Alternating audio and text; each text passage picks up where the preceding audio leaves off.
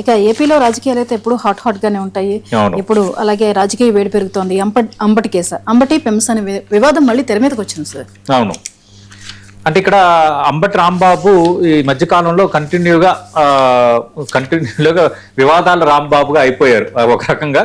సరే, ఆయన దాన్ని ఒప్పుకుంటారు. ఆయన ఏముంది, ఇంకా వివాదాలంటే కష్టపడేవాడికి ఆయన ఒక మాట అంటుంటాడు ఎప్పుడు కూడా, ఏంటంటే కాసేవాడికి రాళ్ళ దెబ్బలు, ఇలాంటి మాటలు బాగా పదప్రయోగాలు వాడతారు. ఇప్పుడు కొత్తది ఏంటంటే సిఐడి పోలీసులు ఇప్పుడు అంబటి రాంబాబు మీద నిన్న కేసు నమోదు చేశారు. ఆల్రెడీ అంబటి రాంబాబు గతంలో ముఖ్యమంత్రి చంద్రబాబు నాయుడుపై అనుచిత వ్యాఖ్యలు చేశారన్న నేపథ్యంలో ఆయన అరెస్ట్ చేయటము, అది కొంత గందరగోళం అవటం, రాజకీయంగా కొంత దుమారం రేపటం అంతా అయ్యాయి. ఆ తర్వాత కాలంలో కూడా ఆయన 2-3 సందర్భాల్లో చేసిన వ్యాఖ్యలు కొంత ఇష్యూస్ కు కారణమయ్యాయి. అలాగే లేటెస్ట్ ఈ మధ్యకాలంలో సాయి కృష్ణ ఉదంతం ఇవన్నీ జరిగినప్పుడు మేము రౌడీలకు అండగా ఉంటాము, రౌడీలు ఏదైనా వాళ్ళ కోసం న్యాయ పోరాటం చేస్తామంటూ చేసిన వ్యాఖ్యలు కూడా ట్రోలింగ్ అయ్యాయి. ఇప్పుడు పెమ్మసాని చంద్రశేఖర్ చేతులకు సంఖ్యలు వేసినట్టు ఈ ఏఐతో తయారు చేసిన వీడియోని అంబటి రాంబాబు సోషల్ మీడియాలో పోస్ట్ చేశారు. దానిపైన ఇప్పుడు సిఐడి కేసు నమోదు చేసింది. టీడీపీ నేత మద్దిరాల మ్యాని ఈ డీజీపీ ఆఫీసులో కంప్లైంట్ ఇచ్చిన నేపథ్యంలో అటు అరెస్ట్ అయితే చేశారు. నేను ప్రస్తావించినట్టు గతంలో కూడా అంబటి రాంబాబు ఇంటిపై దాడి జరిగిన పరిస్థితి మనం చూసాం, అరెస్ట్ కూడా అయ్యారు. అయితే అప్పుడు దాడి జరగడం వెనుక కేంద్ర మంత్రి పెమ్మసాని చంద్రశేఖర్ హస్తం ఉందని అంబటి రాంబాబు ఆరోపించారు. ఆ తర్వాత పరిణామాల క్రమంలో పెమ్మసాని చేతికి సంఖ్యలు వేసి ఒక ఏఐ చిత్రాన్ని, ఒక వీడియోని ఆయన పోస్ట్ చేశారు. దాని నేపథ్యంలో ఒకరు కంప్లైంట్ ఇస్తే ఇప్పుడు పోలీసులు అంబటి రాంబాబుని అయితే అరెస్ట్ చేశారు. అరెస్ట్ చేయలేదు, కేసు అయితే నమోదైంది. ఈ అమెరికాలో వేల కోట్ల రూపాయలు సంపాదిస్తే భారతదేశంలో చట్టం నుంచి తప్పించుకోలేవంటూ అందులో వార్నింగ్ ఇచ్చారు ఎవరు, అంబటి రాంబాబు, ఆ వీడియోని ప్లే చేస్తూ. దీంతోనే అంబటి రాంబాబుకు సంబంధించి ఒకరు ఫిర్యాదు చేయడం ఇప్పుడు కేసు అయితే అయ్యింది.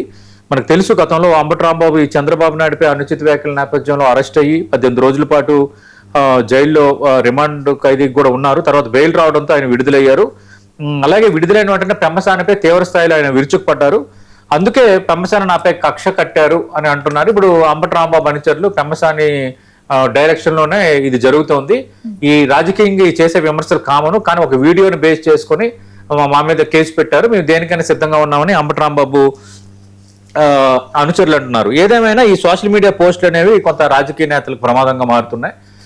ఆంధ్రప్రదేశ్ లో మామూలుగా బాహాబాహి యుద్ధం అంటే ఎదురెదురు పడే యుద్ధం కంటే, గతంలో ప్రెస్ మీట్లు పెట్టుకొని సవాళ్ళు విసురుకునే యుద్ధం కంటే ఈ డిజిటల్ యుద్ధం అనేది ఇప్పుడు తీవ్రం అయిపోయింది. ఇప్పుడు అంబటి రాంబాబు ఇలా చేయటం, మళ్ళీ వాళ్ళు మాట్లాడటం, ఇవన్నీ కూడా కొంత గందరగోళానికి దారి తీస్తున్నాయి. ఏదేమైనా ఒక రకంగా చూస్తే కొంత ఇష్యూ అనేది కొంత మళ్ళీ వేడెక్కే అవకాశం అవుతుంది. సిఐడి కేసు కాబట్టి మరి వైఎస్ఆర్ కాంగ్రెస్ పార్టీ ఏ విధంగా రెస్పాండ్ అవుతుంది, అంబటి రాంబాబు ఎలా రెస్పాండ్ అవుతారు అనేది మనం వేచి చూడాలి. సార్, జనసేన భారీ ప్రక్షాళనకి సిద్ధమైనట్లుగా మనకు కనిపిస్తుంది. అండ్ జెన్జీపై పవన్ కళ్యాణ్ ప్రత్యేక ఫోకస్ పెట్టారు సార్.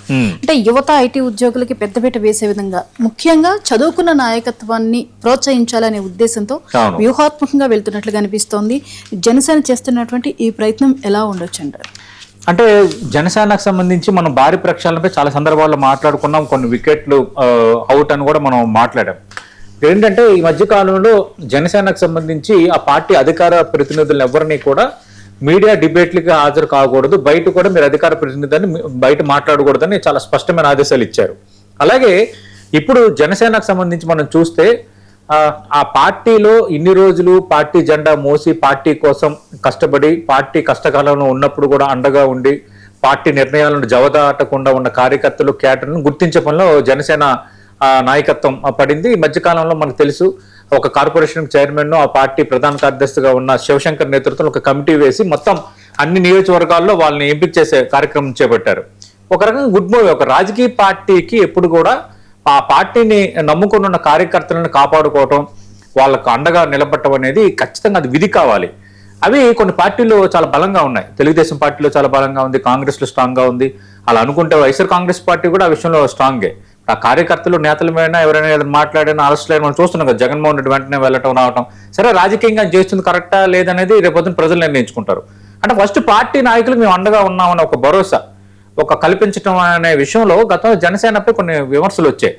సంస్థాగతంగా సరైన ఏర్పాట్లు లేవు, ఇక్కడ కొందరిదే నడుస్తుంది, మరికొందరు నడదు, ఇలాంటి రకరకాల ఈక్వెషన్స్ వచ్చాయి. కానీ పార్టీ పరంగా ఇప్పుడు కొంత దిద్దుబాటు చర్యలు అయితే చేస్తున్నట్టుగా కనిపిస్తోంది.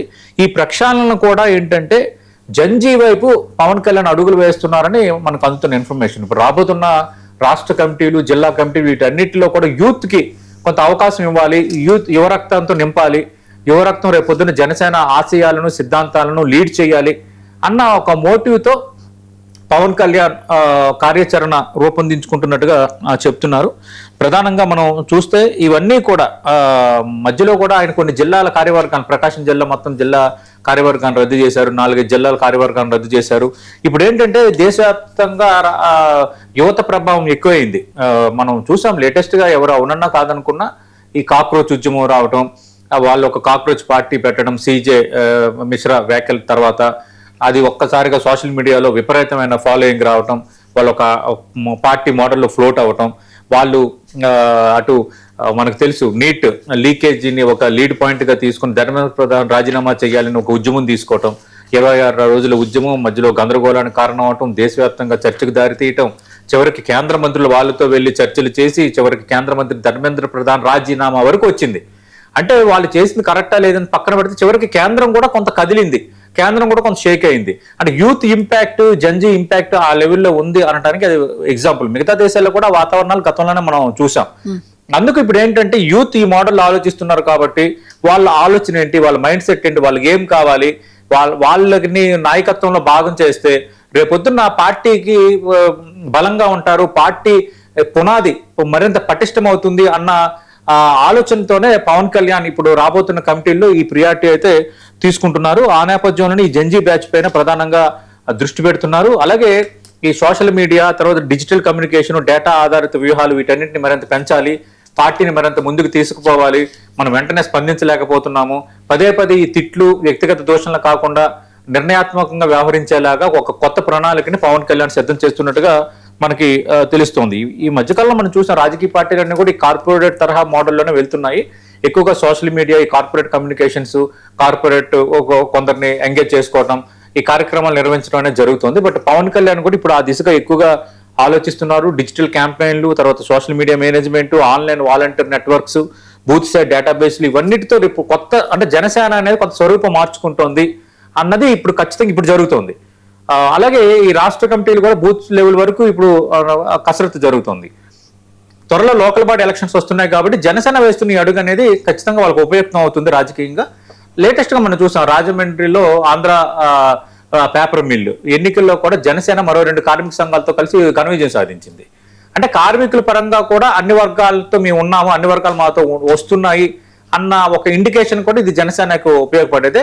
ఆ పార్టీ పరంగా పార్టీని సంస్కరించుకునే పరంగా ఈ అడుగులు అయితే ఖచ్చితంగా కొంత ఉపయోగపడతాయి. ఈ ఉపయోగపడే నేపథ్యంలో దీని రేపొద్దున్న ఇంపాక్ట్ ఎంతవరకు ఉంటుంది, జంజీ బ్యాచ్ని అడాప్ట్ చేసుకోవడం ద్వారా జనసేన మరింత జనంలోకి వెళ్తుందా లేదా అనేది రేపు మనకి తెలియబోతుంది.